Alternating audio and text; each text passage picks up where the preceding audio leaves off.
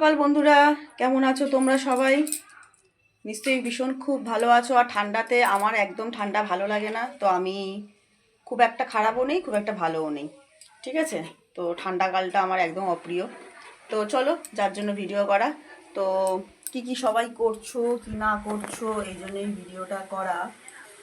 আর আমি এখানে এসছি রান্নাঘরে রান্না করতে। কাজবাজ সমস্ত সব কমপ্লিট, সোনা সব কাজবাজ আমার কমপ্লিট করে দিয়ে চলে গেছে কাজে। আর আমি আজকের এখানে কি রান্না করছি দেখো। এখানে আমি ফুলকপি দেখো ভাপাতে বসিয়ে দিয়েছি। এখানে হবে ফুলকপির রসা, ঠিক আছে। এই যে গোটা গোটা করে আলু কেটে নিয়েছি, টমেটো নিয়ে নিয়েছি, আদা দিয়ে নিরামিষ যেহেতু আজকের, আদা জিরে বাটা দিয়ে করবো। আর আছে এখানে, এই দেখো, এখানে একটা আছে মেথি শাক এনেছিলাম। বাবা খুলতে পারছি না, এক হাতে ফোন, দাঁড়াও বন্ধুরা। খুলে গেছে। এই যে মেথি শাক, এই মেথি শাকটা করবো। আর এই যে একটা বেগুন দিয়ে মেথি শাকটা করবো। ঝটপট কাজগুলো সেরে নিই, তারপর আবার আসছি। রান্না বান্না সব কমপ্লিট হয়ে গেছে, শুধু আমার শাকটা পড়ে রয়েছে। শাকটা আমি আর করছি না, ইচ্ছাকৃতভাবেই করছি না।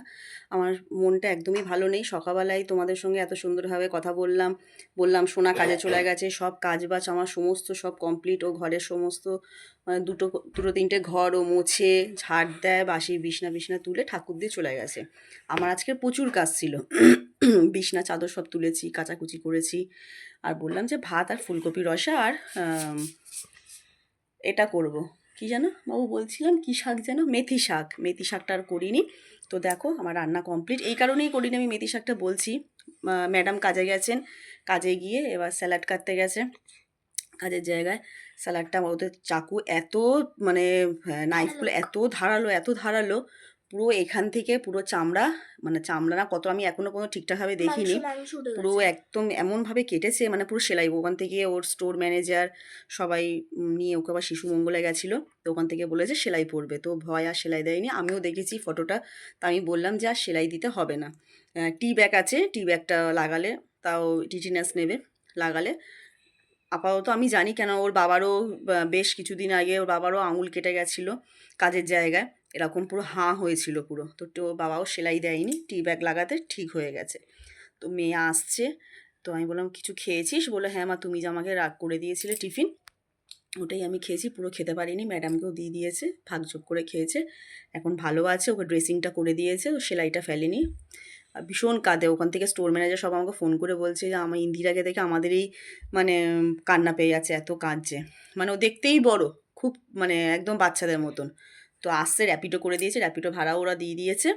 আর দেখো তোজোর খাওয়া হয়ে গেছে, ভাত রান্নাছিলাম আমার আর বাবুর জন্য, ভাত খাওয়া হয়ে গেছে। আর এখানে আছে ফুলকপির রসা, ফুলকপি আলু তরকারি। ঝটপট আমি এবার স্নানটা করে নিই, শ্যাম্পু করবো, আবার অনেকটা বেলা হয়ে গেছে। শ্যাম্পু পেয়ে গেছি। আর ওকে বললাম যে বাবু যদি পাস তো একটুখানি আমার জন্য একটা কন্ডিশনার নিয়ে আসিস। তো আসুক, আসলে আমি আবার একটা ছোটো করে ভিডিও আমি চলে এসছে। আর যে আঙুলটায় অনেকটাই কেটে আছে, তো যেহেতু এখানে দেখানো ঠিকঠাক না, তো আমি দেখাচ্ছি না। তো আস্তে আস্তে আমি ওকে বেটাডিন দিয়ে একটুখানি ড্রেসিং করে আমি কাপড় বেঁধে দিয়েছি। সন্ধ্যাবেলায় গিয়ে ওটা ভালো করে আর একবার ড্রেসিং করাবো, করে একদম ব্যান্ডেজ করে দেবে ওরা। আর বলে দিয়েছে কালকে ছুটি নিতে ওকে, যেহেতু ওর ফ্রাইডে করে অফ ডে থাকে, তো কালকের ওকে অফ ডেটা কালকেরই দিয়ে দিয়েছে। তো দেখো কি, এই দেখো এই আঙুলটা একদমই বিচ্ছিরিভাবে আমি দেখাতে পাচ্ছি না, খুবই খারাপ লাগছে। আর এখানেও সোশ্যাল মিডিয়া তো দেখানো, রক্ত দেখানো, এগুলো তো উচিত না। দম ভেঙে যাচ্ছে আমার, যতক্ষণ না টিটিনাসটা নিতে পারছি শান্তি হচ্ছে না। ঠিক আছে চলো।